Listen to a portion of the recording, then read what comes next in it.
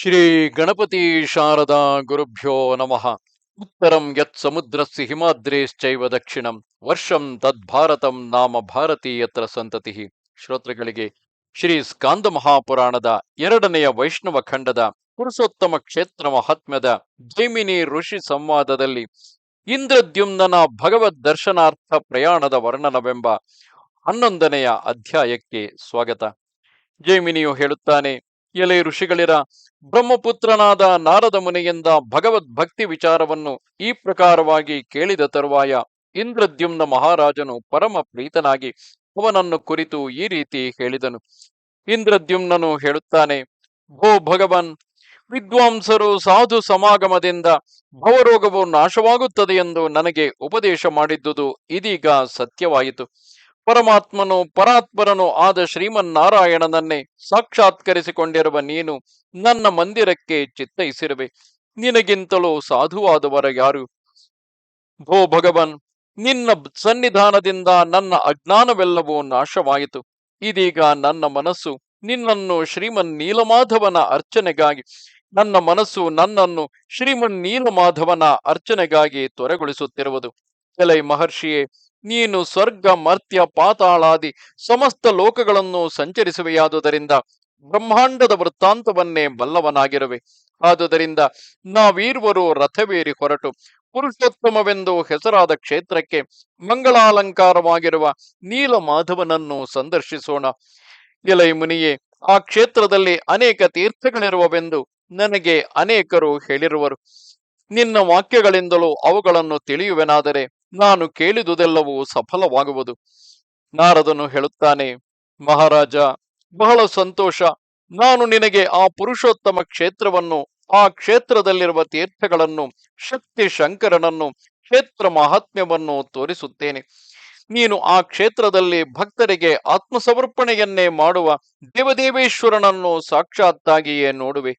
ಯಾವಾತನ ಸಂದರ್ಶನದಿಂದ ಮಾನವನು ಭಕ್ತಿಭಾಜನನಾಗುತ್ತಾನೆಯೋ ಆ ಪರಮಾತ್ಮನು ನಿನ್ನನ್ನು ಜಾಗೃತೆಯಾಗಿ ಅನುಗ್ರಹಿಸಲೋಸುಗವೇ ತನ್ನನ್ನು 4 ಮೂರ್ತಿಗಳನ್ನಾಗಿ ಮಾಡಿಕೊಂಡಿರುತ್ತಾನೆ. ಹೀಗೆ ಮಾತನಾಡಿದ ಬಳಿಕ ಆ ಇಂದ್ರದ್ಯುಮ್ನನು, ನಾರದರು ಈರ್ವರು ಸುಪ್ರೀತರಾಗಿ ಹಗಲು ಮಾಡಬೇಕಾದ ಕೃತ್ಯಗಳೆಲ್ಲವನ್ನು ಮುಗಿಸಿ ಯಾತ್ರೆಗೆ ಅನುಕೂಲವಾದ ಶುಭ ದಿನವನ್ನು ನಿರ್ಣಯಿಸಿ ಜ್ಯೇಷ್ಠ ಶುಕ್ಲ ಪಂಚಮಿ ಬುಧವಾರದ ದಿನ ಪುಷ್ಯಮ ನಕ್ಷತ್ರದ ಶುಭ ಲಗ್ನದಲ್ಲಿ ಒಂದೆಡೆಯಲ್ಲಿಯೇ ಮಲಗಿ ರಾತ್ರಿಯನ್ನು ಕಳೆದರು.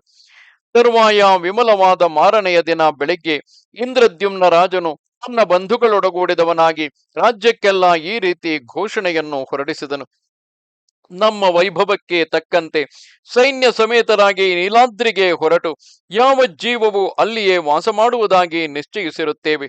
ಆದುದರಿಂದ ಯಾರಿಗೆ ಯಾವ ವೃತ್ತಿಯಿಂದ ಜೀವನವೋ ಅದೇ ವೃತ್ತಿಯನ್ನು ಅಲ್ಲಿಯೇ ಮಾಡಿಕೊಂಡು ಜೀವಿಸಲಿ. ರಾಜರೆಲ್ಲರೂ ಅಂತಃಪುರಗಳೊಡನೆಯೂ ಮಂತ್ರಿ ಪುರೋಹಿತಾದಿಗಳೊಡನೆಯೂ ರಥ ಗಜ ತುರಗಗಳೊಡನೆಯೂ ಕೋಶಗಳೊಡನೆಯೂ ಪದಾತಿಗಳೊಡನೆಯೂ ಸರ್ವಸಿದ್ಧರಾಗಿ ಅಲ್ಲಿಗೆ ಹೊರಡಲಿ. ಬ್ರಾಹ್ಮಣರೆಲ್ಲರೂ ಅಗ್ನಿಹೋತ್ರಗಳೊಡನೆಯೂ ವೈಶ್ಯರು ಅಂಗಡಿಗಳೊಡನೆಯೂ ಮಾರುವಿಕೆಯಿಂದ ಜೀವಿಸುವವರು ಮಾರಾಟದ ಸಾಮಗ್ರಿಗಳಿಂದಲೂ ಕೂಡಿದವರಾಗಿ ಹೊರಡಲಿ. ರಾಜಕಾರ್ಯಗಳಲ್ಲಿ ನಿಷ್ಣಾತರು, ರಾಜಬೀದಿಗಳ ನಿರ್ಮಾಣದಲ್ಲಿ ಕುಶಲರು, ಜ್ಯೋತಿಷ್ಶಾಸ್ತ್ರವೇತ್ತರು, ನೃತ್ಯಜ್ಞರು, ದಂಡನೀತಿ ನಿಪುಣರು, ನೃತ್ಯ ಗಾಯನಗಳಲ್ಲಿಯೂ ವೀಣಾ ವೇಣು ಮೃದಂಗಾದಿ ಇತರ ವಾದ್ಯಗಳ ವಾದನಗಳಲ್ಲಿ ಪಂಡಿತರು, ಗಜ ತುರಗ ಮಾನವ ವೈದ್ಯಶಾಸ್ತ್ರಗಳಲ್ಲಿ ನುರಿತವರು ನನ್ನೊಡನೆ ನೀಲಾಚಲಕ್ಕೆ ಹೊರಡುವವರಾಗಲಿ.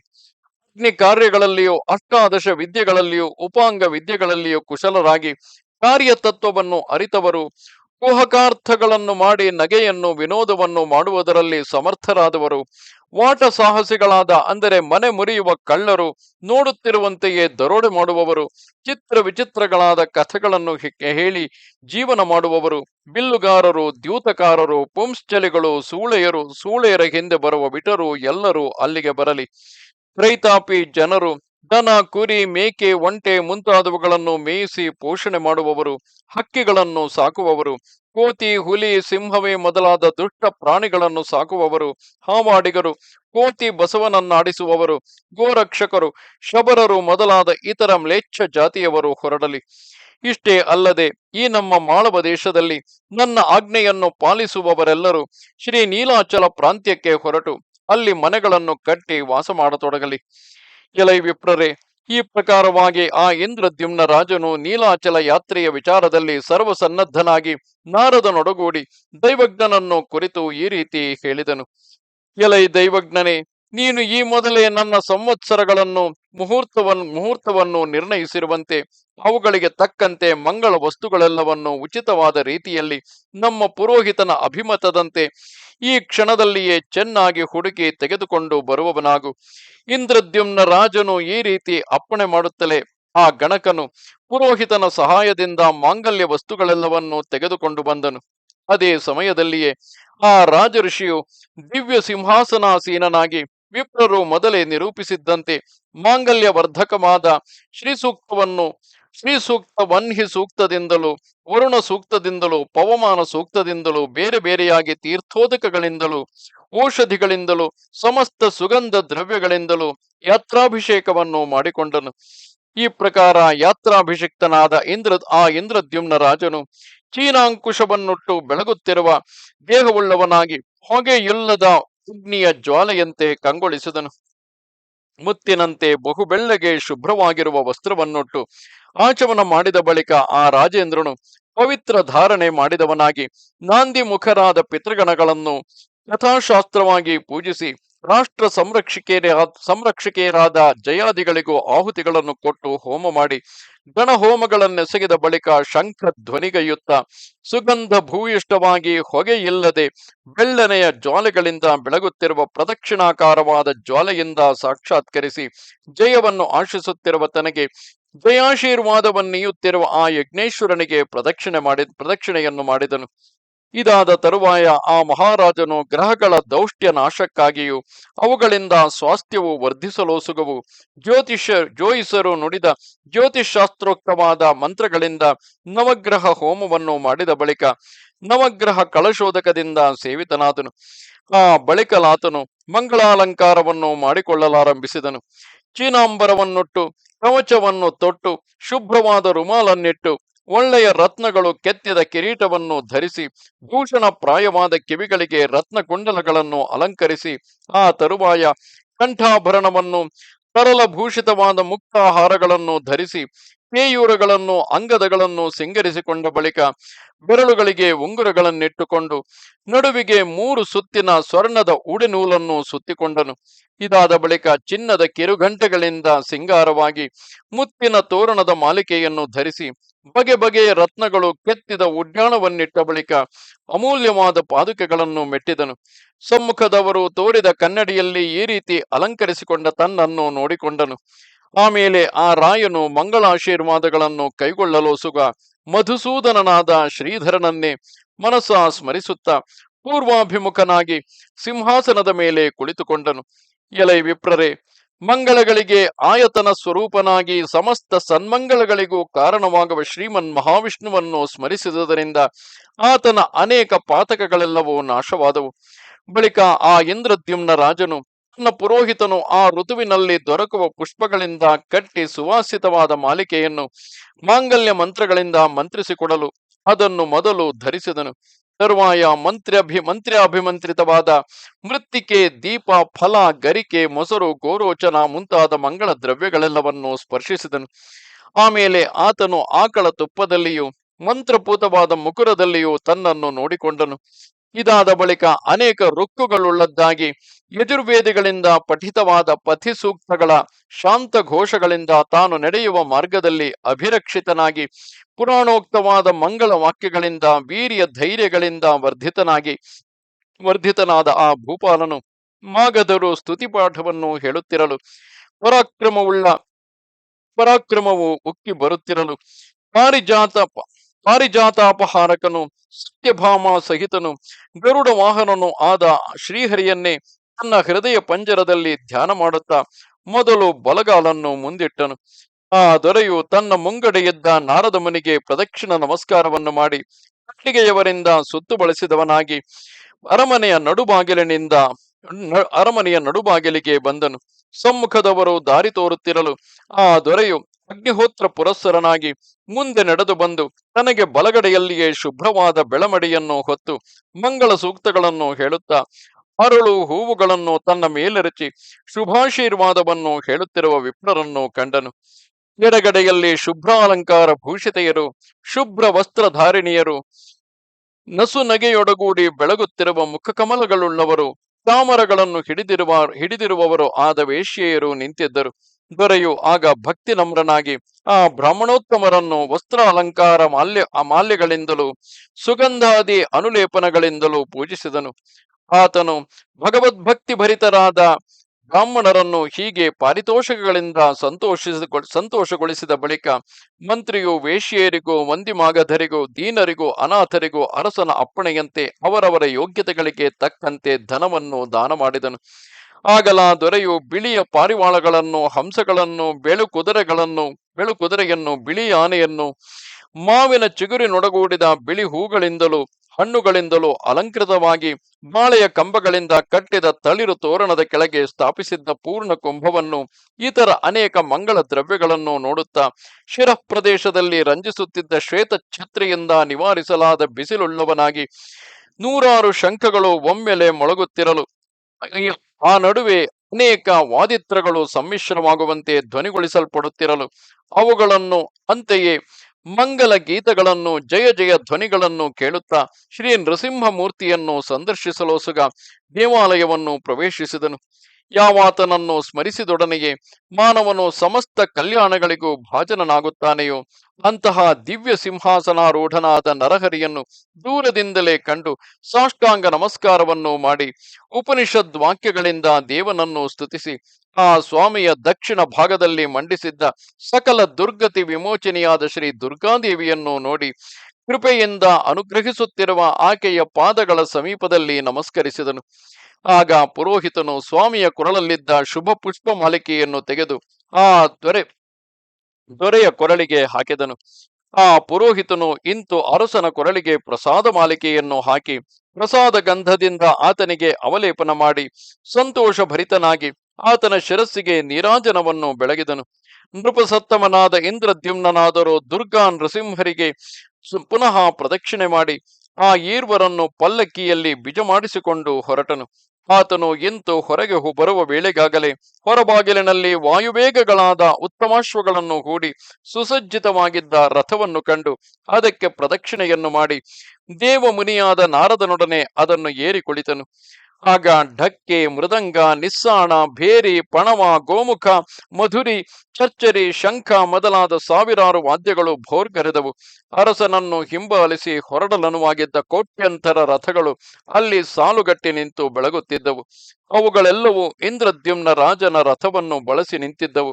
ಅನೇಕ ಆಯುಧಗಳಿಂದ ತುಂಬಿ ಪತಾಕೆಗಳಿಂದ ಅಲಂಕೃತವಾಗಿ ಧ್ವಜಗಳಿಂದ ಉನ್ನತವಾಗಿ ಚಿನ್ನ ಬೆಳ್ಳಿಗಳ ಕಿರುಗೆಜ್ಜೆಗಳಿಂದಲೂ ಕನ್ನಡಿಗಳಿಂದಲೂ ವಿವಿಧ ಯಂತ್ರಗಳಿಂದಲೂ ಕೂಡಿ ಕಾಲಾಳುಗಳು, ಆನೆಗಳು, ವಾಯುವೇಗಶೀಲಗಳಾದ ಕುದುರೆಗಳು, ಇವುಗಳ ಗಂಭೀರವೂ ಮಧುರವೂ ಆದ ಧ್ವನಿಯೊಡನಿದ್ದ ಆ ರಥಗಳು ಬಹು ರಮಣೀಯವಾಗಿದ್ದವು.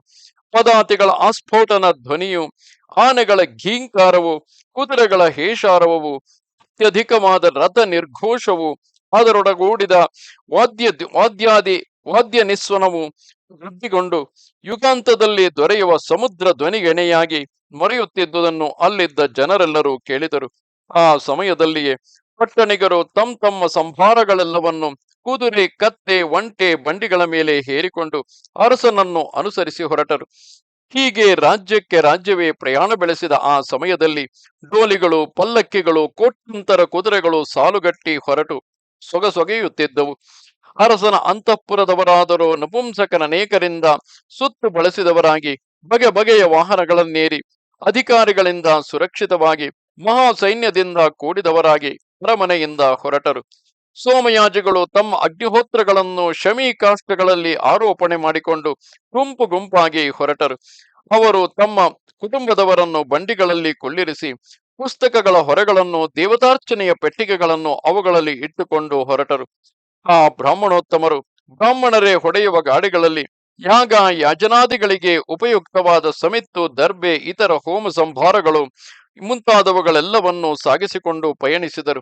ಸಾಮಂತರು, ಅಮಾತ್ಯರು, ಅವರ ಆಳುಗಳು ಪುರೋಹಿತರು, ಋತ್ವಿಜರು, ರಾಜರ ಪರಿವಾರದಾಳುಗಳು, ಉಪಚಾರದವರು ಇವರೆಲ್ಲರೂ ಸಮಸ್ತ ಉಪಚಾರ ಸಂಭಾರಗಳನ್ನು ಹವಣಿಸಿಕೊಂಡು ಮುಂದಾಗಿ ಹೊರಟರು. ಕೋಶಾಗಾರದ ಅಧಿಕಾರಿಗಳಾದರೂ ಹಣವೆಲ್ಲವನ್ನು ತೆಗೆದುಕೊಂಡು ಜಾಗೃತೆಯಾಗಿ ಹೊರಟರು. ಅಂತೆಯೇ ರಾಜನ ಅವಸರ ಸೇವಕರು ಹೊರಟರು. ಇವರಾದ ತರುವಾಯ ಹೂವಾಡಿಗರು ಇತರ ಎಲ್ಲ ವ್ಯಾಪಾರಿಗಳು ತಮ್ಮ ತಮ್ಮ ಅಂಗಡಿಗಳೊಡನೆ ಪ್ರಯಾಣ ಮಾಡಿದರು. ಅಂತೆಯೇ ಇತರ ರಾಜಾಧಿಕಾರಿಗಳು, ಪಟ್ಟಣದ ಶೆಟ್ಟರೆ ಮೊದಲಾದವರು, ಪಟ್ಟಣ ಹಳ್ಳಿಗಳಲ್ಲಿ ವಾಸ ಮಾಡುವವರು, ತಮ್ಮ ತಮ್ಮ ವ್ಯವಹಾರಗಳಲ್ಲಿ ಕುಶಲರಾದವರು ಎಲ್ಲರೂ ಹೊರಟರು. ಅಯ್ಯ ವಿಪ್ರರೇ, ಇಂದ್ರದ್ಯುಮ್ನ ಮಹಾರಾಜನು ನೀಲಾದ್ರಿಗೆ ಪ್ರಯಾಣ ಮಾಡಿದ ಕಾಲದಲ್ಲಿ ಬಾಜಿಸಿದ ಭೇರಿ, ಮೃದಂಗ, ಕಟಹ ಧ್ವನಿಗಳು ದಿಗಂತರಗಳನ್ನು ಅಡರಲು ಮಾಳವ ರಾಜ್ಯದ ಗಡಿನಾಡಿನ ಜನರೆಲ್ಲರೂ ಸಹ ಆ ವಾದ್ಯ ಧ್ವನಿಗಳನ್ನು ಕೇಳಿದವರಾಗಿ ಬಹು ಸಂಭ್ರಮಯುಕ್ತರಾಗಿ ರಾಜಾಜ್ಞೆಯನ್ನು ಶಿರಸ ವಹಿಸಿದವರಾಗಿ ಬಹುಮಾನ ಪೂರ್ವಕವಾದ ಬುದ್ಧಿಯಿಂದ ಎಲ್ಲರೂ ನೀಲಾಚಲಕ್ಕೆ ಹೊರಟರು. ಅವರೆಲ್ಲರೂ ತಮಗೆ ಯಾವ ಯಾವ ಮಾರ್ಗವು ಸರಿಯೆಂದು ತೋರಿದುದು ಆಯಾ ಮಾರ್ಗದಲ್ಲಿಯೇ ಹೊರಟರಲ್ಲದೆ ಅರಸನ ಅಪ್ಪಣೆ ಇದ್ದುದರಿಂದ ಯಾರೂ ಜಾಗೃತೆಯಾಗಿ ಹೋಗಬೇಕೆಂದು ರಾಜಮಾರ್ಗವನ್ನು ಹಿಡಿಯಲಿಲ್ಲ. ಅವರು ಎಷ್ಟೇ ಕಷ್ಟವಾದರೂ ತಮ್ಮ ತಮ್ಮ ಹಾದಿಗಳನ್ನೇ ಹಿಡಿದು ನೀಲಾಚಲಕ್ಕೆ ಹೊರಟರು. ರಾಜೇಂದ್ರನಾದ ಇಂದ್ರದ್ಯುಮ್ನಾದರೂ ಸಂತುಷ್ಟರಾದ ಸಮಸ್ತ ಪಟ್ಟಣ ವಾಸಿಗಳಿಂದಲೂ ಚತುರಂಗ ಬಲದಿಂದಲೂ ಪರಿವೃತನಾಗಿ ಸಾಲುಗಟ್ಟಿ ಹೊರಟ ಸಾಮಂತರಾಜರ ರಥಗಳ ನಡುವೆ ತನ್ನ ರಥದಲ್ಲಿ ಮಂಡಿಸಿ ದೇವೇಂದ್ರ ಪರಿವಾರ ಕೆಣೆಯಾದ ಪರಿವಾರವುಳ್ಳವನಾಗಿ ವಿರಾಜಿಸಿದನು. ಪುರಾಂಗನೆಯರ ಮಂಗಲಾಚಾರ ಗೀತಗಳಿಂದಲೂ ಅರಳಕ್ಷತೆಗಳಿಂದಲೂ ಹೂಗಳಿಂದಲೂ ಮಂಗಲಾಚಾರ ಶೋಭೆಯಿಂದಲೂ ಸುಪ್ರಸನ್ನವಾದ ಶುಭಚಿತ್ತವುಳ್ಳವನಾದನು. ಆ ದೊರೆಯು ವಾಯುವೇಗವುಳ್ಳ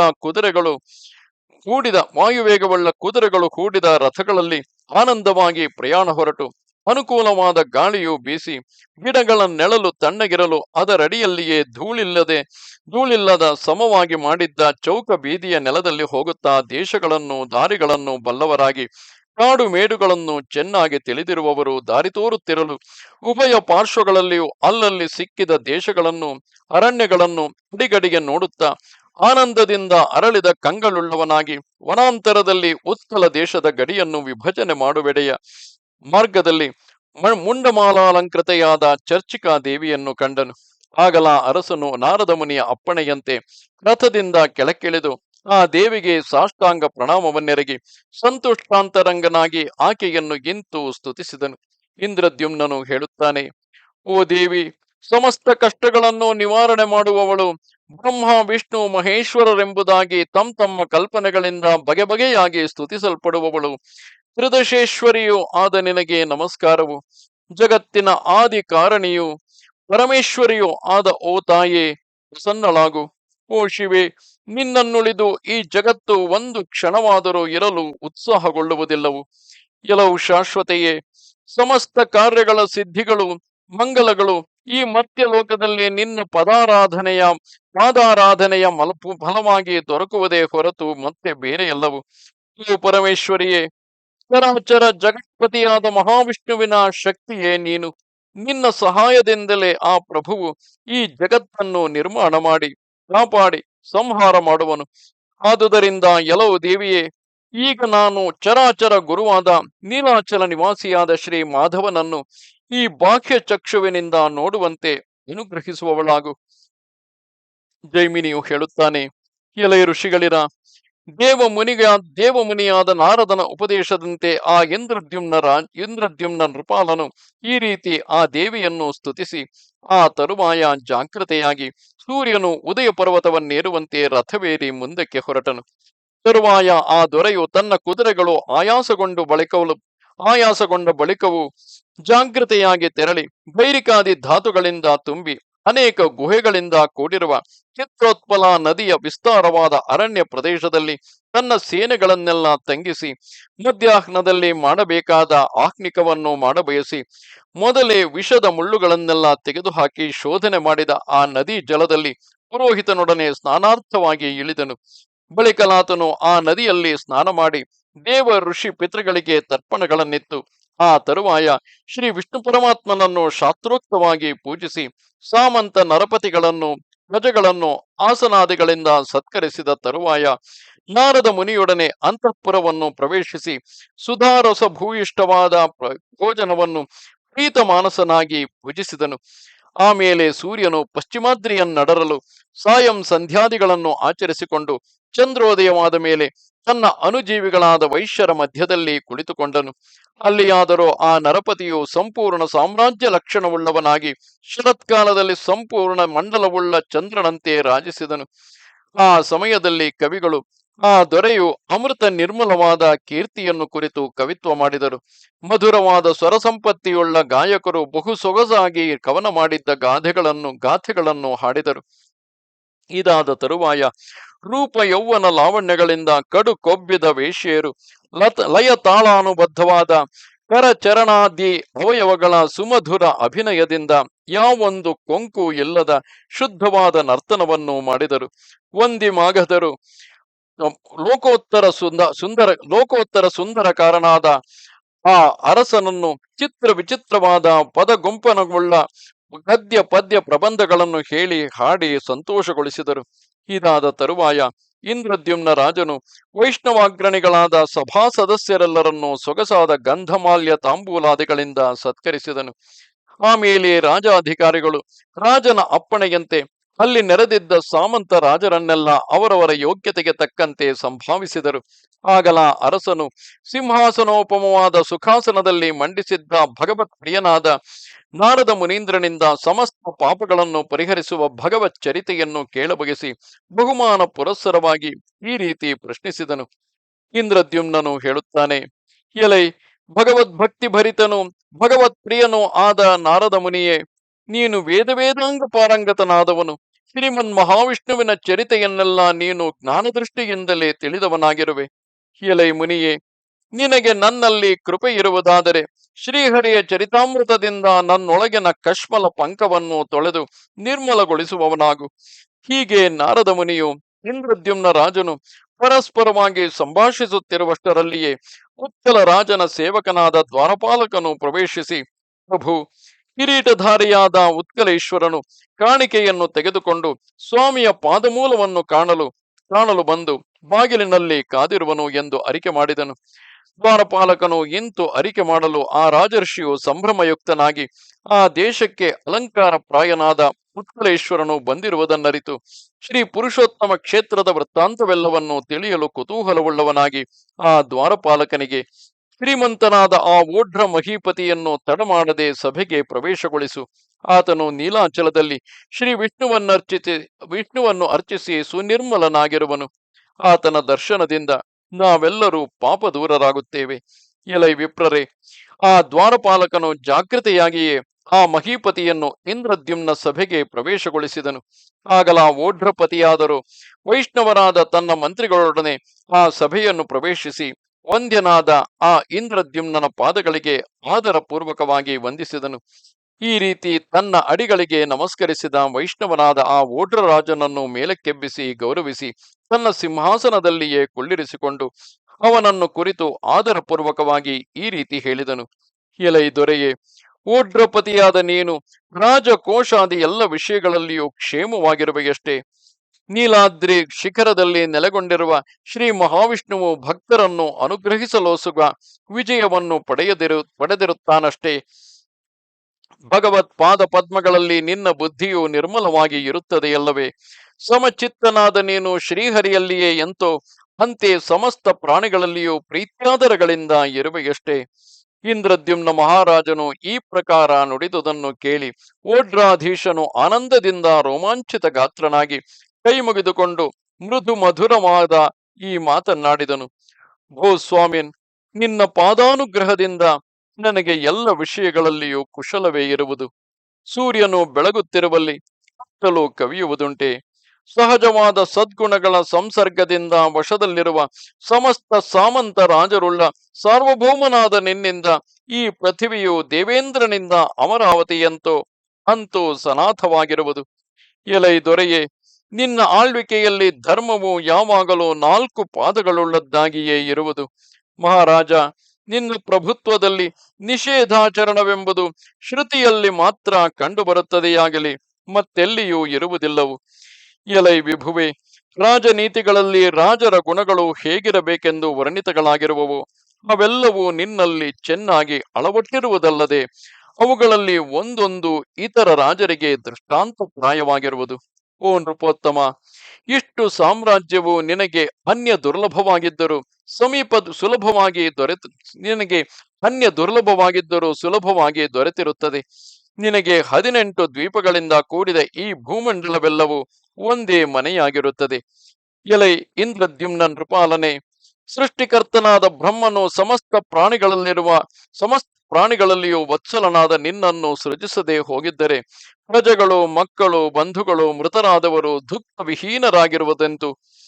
ಸಾಧಾರಣವಾಗಿ ದೊರೆಗಳೆಲ್ಲ ವಿಷ್ಣುವಿನ ಅಂಶ ಸಂಭೂತರೆಂದೇ ಶ್ರುತಿ ಇರುವುದು. ಆದರೆ ನೃಪತಿಯಾದ ನೀನು ಸಾಕ್ಷಾತ್ ವಿಷ್ಣುವೇ ಆಗಿರುವೆ. ನಿನ್ನನ್ನು ಬಿಟ್ಟರೆ ಇಂತಹ ಸದ್ಗುಣಾಕಾರನು ಯಾವನಿರುವನು? ಎಲೈ ಪ್ರಭುವೆ, ದಕ್ಷಿಣಾರ್ಣವ ತೀರದಲ್ಲಿರುವ ನೀಲಾದ್ರಿಯು ಅರಣ್ಯದಿಂದ ಸುತ್ತುವರಿದುದಾಗಿರುವುದು. ಅಲ್ಲಿ ಜನಗಳ ಸಂಚಾರವೇ ಇರುವುದಿಲ್ಲವು. ಅಲ್ಲಿಯೇ ಆ ಮಹಾವಿಷ್ಣುವು ಇರುವನು. ಈಗಲಾದರೂ ಆ ಮೂರ್ತಿಯು ಮರಳಿನಿಂದ ಮುಚ್ಚಿ ಹೋಗಿರುವುದಾಗಿ ಕೇಳಿ ಬರುತ್ತಿದೆ. ಅದರಿಂದ ನನ್ನ ರಾಜ್ಯವೂ ಸಹ ಶ್ರಾಮ ಡಾಮರಾದಿ ಉಪದ್ರವಗಳಿಂದ ತುಂಬಿ ಹೋಗಿದೆ. ನೀನು ಅಲ್ಲಿಗೆ ದಯಮಾಡಿಸಿದರೆ ನನಗೆ ಎಲ್ಲ ಬಗೆಗಳಲ್ಲಿಯೂ ಕ್ಷೇಮ ಉಂಟಾಗುತ್ತದೆ. ಇಂತು ನುಡಿದ ಆ ಓಡ್ರಪತಿಯನ್ನು ಇಂದ್ರದ್ಯುಮ್ನ ರಾಜನು ಗೌರವಿಸಿ ಬಿಡಾರದಲ್ಲಿ ವಾಸಿಸಲು ಬೀಳ್ಕೊಟ್ಟನು. ತರುವಾಯ ಆತನು ನಾರದ ಮುನಿಯನ್ನು ಕಂಡು, ಎಲೈ ಮುನಿಯೇ, ಏನಿದು? ನಾನು ಏತಕ್ಕಾಗಿ ಶ್ರಮಪಟ್ಟು ಇಲ್ಲಿಗೆ ಬಂದೆನು, ಅದೇ ವಿಫಲವಾಯಿತೆಂದು ತೋರುತ್ತಿದೆ ಎಂದು ಹೇಳಿದನು. ಇಂತು ನುಡಿದ ಆತನನ್ನು ಕುರಿತು ಅಕಾಲ ಜ್ಞಾನಿಯಾದ ನಾರದ ಮುನಿಯು, ಅಯ್ಯ ಇಂದ್ರದ್ಯುಮ್ನನೇ, ನೀನು ಈ ವಿಷಯದಲ್ಲಿ ಆಶ್ಚರ್ಯ ಪಡಬೇಕಾಗಿಲ್ಲ. ನೀನು ಭಾಗ್ಯಶಾಲಿಯಾದ ವೈಷ್ಣವೋತ್ತಮನು. ವಿಷ್ಣು ಭಕ್ತರ ಅಭಿಲಾಷೆಯು ಎಂದಿಗೂ ವಿಫಲವಾಗುವುದೇ ಇಲ್ಲವು. ಓ ರಾಜನ್, ನೀನು ಜಗತ್ತಿಗೆಲ್ಲ ಆದಿ ಕಾರಣನು, ಅನಾಮಯನು ಆದ ಶ್ರೀಮನ್ನಾರಾಯಣನನ್ನು ಪಾರ್ಥಿವ ರೂಪಧಾರಿಯಾದವನನ್ನಾಗಿ ಅವಶ್ಯವಾಗಿಯೂ ಕಂಡೇ ಕಾಣುವೆ. ಆತನು ನಿನ್ನನ್ನು ಅನುಗ್ರಹಿಸುವುದಕ್ಕಾಗಿ ಭೂಮಿಯಲ್ಲಿ ಅವತರಿಸುತ್ತಾನೆ. ಚರಾಚರವಾದ ಈ ಜಗತ್ತೆಲ್ಲವೂ ಆ ಮಹಾವಿಷ್ಣುವಿನ ವಶದಲ್ಲಿ ಇರುವಂತಹದು. ಸನಾತನನಾದ ಆ ಪರಮಾತ್ಮನು ಮಾತ್ರ ಯಾರ ವಶದಲ್ಲಿಯೂ ಇರುವುದಿಲ್ಲವು. ಆದರೆ ಭಕ್ತವತ್ಸಲನಾದ ಆ ಭಗವಂತನು ಕೇವಲ ಭಕ್ತರಿಗೆ ಮಾತ್ರ ವಶನು. ಬ್ರಹ್ಮನು ಮೊದಲಾಗಿ ಇರುವೆಯವರೆಗೂ ಸಮಸ್ತ ಜಗತ್ತು ಯಾವನ ಮಾಯೆಯಿಂದ ಸಂರಕ್ಷಿತವಾಗಿರುವುದು ಆತನು ಭಕ್ತರಿಗೆ ಹೊರತು ಇತರರಿಗೆ ಪರತಂತ್ರನೆಂತು. ಧರ್ಮಾರ್ಥ ಕಾಮ ಮೋಕ್ಷಗಳ ಲಾಭಕ್ಕೆ ಮೂರವೈರಿಯಾದ ಆ ಶ್ರೀಹರಿಯ ಭಕ್ತಿಯೇ ಮೂಲವು. ಆ ಭಕ್ತಿಯೇ ಅವನನ್ನು ಹಿಡಿದು ಹಾಕುವುದಕ್ಕೆ ಒಳ್ಳೆಯ ಉಪಾಯವು. ಭಕ್ತಿಯನ್ನು ಬಿಟ್ಟರೆ ಆತನನ್ನು ವಶಪಡಿಸಿಕೊಳ್ಳಲು ಯಾವ ಉಪಾಯವೂ ಇರುವುದಿಲ್ಲವು. ಒಬ್ಬನೇ ವಿಷ್ಣುವೇ ತನ್ನ ಮಾಯೆಯಿಂದ ಅನೇಕವಾಗಿರುವನು. ಅವನನ್ನು ಬಿಟ್ಟರೆ ಸುಖಕ್ಕೆ ಕಾರಣನಾದವನು ಮತ್ತೊಬ್ಬನು ದೊರಕುವುದೇ ಇಲ್ಲವು. ಇತರರಾದ ಶಿವ ದುರ್ಗಾದಿಗಳು ಆಯಾ ಕರ್ಮಗಳಿಂದ ಆವೃತರಾಗಿ ಪೂಜಿಸಿದ ಭಕ್ತರಿಗೆ ಇಷ್ಟಾರ್ಥಗಳನ್ನು ದೊರಕಿಸುತ್ತಾರೆಯಲ್ಲದೆ ಅವರು ವಿಷ್ಣು ಪರಾಯಣರಾದವರೇ. ಅಂತರ್ಯಾಮಿಯಾದ ಆ ಭಗವಂತನು ದೇವತೆಗಳ ಹೃದಯಗಳಲ್ಲಿಯೂ ನೆಲೆಸಿರುತ್ತಾನೆ. ಅವನು ಅಲ್ಲಿ ನಿಂತು ಎಷ್ಟು ಪ್ರೇರಿಸುವನೋ ಅಷ್ಟೇ ಫಲವನ್ನು ಆ ದೇವತೆಗಳು ಕೊಡುತ್ತಾರೆ. ಎಲೈ ರಾಜೇಂದ್ರನೇ, ನೀನು ವೈಷ್ಣವನು, ಕಮಲ ಸಂಭವನಾದ ಬ್ರಹ್ಮನಿಂದ 5ನೆಯವನು, 18 ವಿದ್ಯೆಗಳಲ್ಲಿಯೂ ಪಾರಂಗತನು, ನಿನ್ನ ಧರ್ಮದಲ್ಲಿ ಚಲಿಸದಿರುವವನು. ನೀನು ಧರ್ಮದಿಂದ ಭೂಮಿಯನ್ನಾಳುತ್ತಿರುವೆ. ವಿಶೇಷವಾಗಿ ಬ್ರಾಹ್ಮಣ ಪೂಜಕನಾಗಿರುವೆ. ಇಂತಹ ನೀನು ಅವಶ್ಯವಾಗಿಯೂ ಇದೇ ಚರ್ಮ ಚಕ್ಷುಸ್ಸಿನಿಂದಲೇ ಆ ವೈಕುಂಠಪತಿಯನ್ನು ಕಾಣುವೆ. ಪಿತಾಮಹನು ಸಹ ನಿನ್ನ ಈ ಕಾರ್ಯಕ್ಕೆ ನೆರವಾಗಲೋಸುಗ ನನ್ನನ್ನು ನಿಯೋಗಿಸಿದನು. ಆ ನೀಲಾಚಲ ಕ್ಷೇತ್ರೋತ್ತಮಕ್ಕೆ ಹೋದ ತರುವಾಯ ಎಲ್ಲ ವಿಷಯಗಳನ್ನು ತಿಳಿಸುತ್ತೇನೆ. ಈ ರಾತ್ರಿಯಲ್ಲಿ 3ನೆಯ ಯಾಮವು ನಡೆಯುತ್ತಿದೆ. ರಾತ್ರಿ ಶೇಷವು ಸ್ವಲ್ಪವೇ ಉಳಿದಿರುವುದು. ಅವರವರ ಬಿಡಾರಗಳಿಗೆ ತೆರಳುವಂತೆ ಸಾಮಂತ ರಾಜರೆಲ್ಲರಿಗೂ ಅಪ್ಪಣೆ ಮಾಡು. ನೀನು ಅಂತಃಪುರಕ್ಕೆ ಹೋಗಿ ನಿದ್ರಿಸುವವನಾಗು. ಇಲ್ಲಿಗೆ ಶ್ರೀ ಸ್ಕಾಂದ ಮಹಾಪುರಾಣದ 2ನೆಯ ವೈಷ್ಣವ ಖಂಡದ ಪುರುಷೋತ್ತಮ ಕ್ಷೇತ್ರ ಮಹಾತ್ಮ್ಯದ ಜೈಮಿನಿ ಋಷಿ ಸಂವಾದದಲ್ಲಿ ಇಂದ್ರದ್ಯುಮ್ನನ ಭಗವದ್ ದರ್ಶನಾರ್ಥ ಪ್ರಯಾಣದ ವರ್ಣನವೆಂಬ 11ನೆಯ ಅಧ್ಯಾಯವು ಮುಗಿದುದು. ನಮಸ್ತೆ ಶಾರದೆ ದೇವಿ ಕಾಶ್ಮೀರ ಪುರವಾಸಿನಿ ತ್ವಾಮಹಂ ಪ್ರಾರ್ಥೆಯೇ ನಿತ್ಯಂ ವಿದ್ಯಾದಾನಂಚ ದೇಹಿಮೆ. ನಮಸ್ಕಾರ.